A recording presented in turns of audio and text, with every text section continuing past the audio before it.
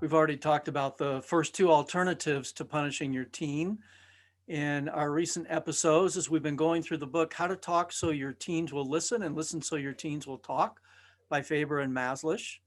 The first two alternatives to punishment that we mentioned were um, strongly expressing your feelings, clearly stating your expectations. And today we're going to talk about showing your teen how to make amends.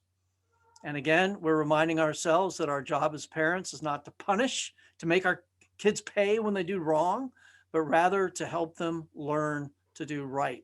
And this starts when they're very young, but it continues on through their teenage years to better prepare them to be mature, responsible, positive adults who make a contribution to their relationships, to their community, and to society in general.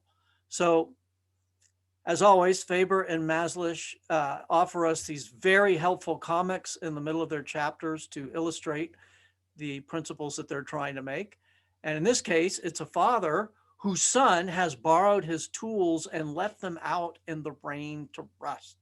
So going back to our first principle, clearly expressing your or strongly expressing your feelings, he says, I'm furious that my new saw was left outside to rust in the rain.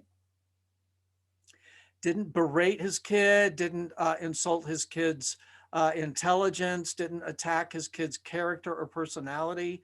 He just strongly stated his feelings. And then he stated his expectations. I expect when my tools are borrowed that they be returned promptly and in good condition. Again, he's being firm, but he's also speaking in a respectful way. He's being honest, but he's not tearing down his child. And then thirdly, show your teen how to make amends. So the comic shows the father saying, what this saw needs now is a little steel wool and some elbow grease, and then maybe a light coat of oil when you're finished, and that'll protect it for the future. And the kid says, I'll do it now. Now, maybe it wouldn't work that magically on your teen for the first time. It surely didn't work that way for my teens the first time.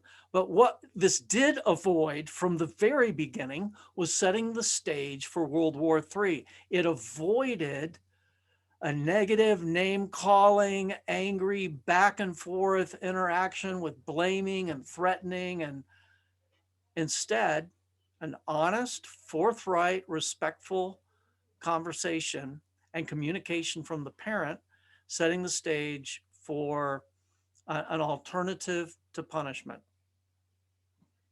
And that can happen from the very beginning of starting to practice this principle. But what if you do these things and the child, the teen forgets and leaves them out again? Well, you offer them a choice.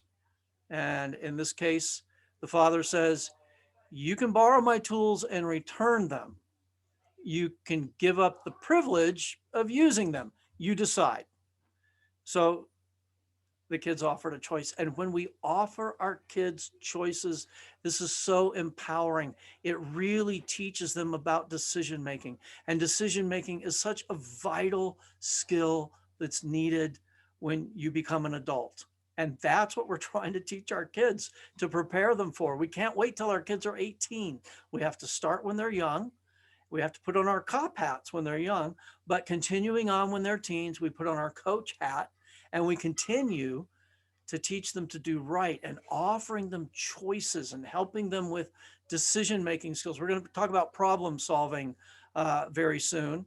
And that's another aspect. But making decisions is a significant skill that they need to be learning now. So offer them a choice.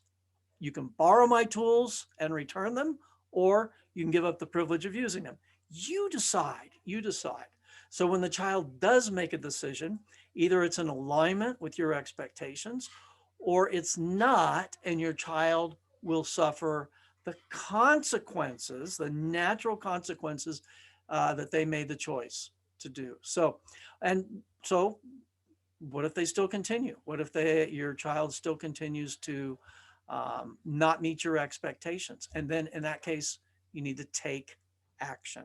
You need to take action, not threats, not promises, not punishment, action.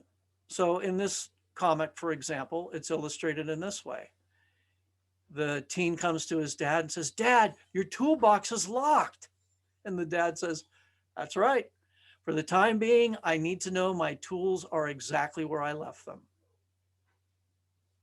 So you see, the dad took action without punishing the kid. The kid is experiencing the natural consequences of making bad decisions. Now, how long should the dad do that for? It depends. Maybe a week. Maybe it's a certain number of times that the kid will want the tools, that the dad will have to say, "I'm not convinced yet. You have to earn my trust." And so maybe there's smaller ways or other ways the child can earn the father's trust on the way to getting back privileges for using the tools. But in any case, the father has strongly expressed his feelings, clearly expressed his expectations, and then has offered his teen a choice. And then if the teen made a bad choice, he took action to help the child learn to do right. We will see you next time on the next episode of Parenting Matters with McCracken.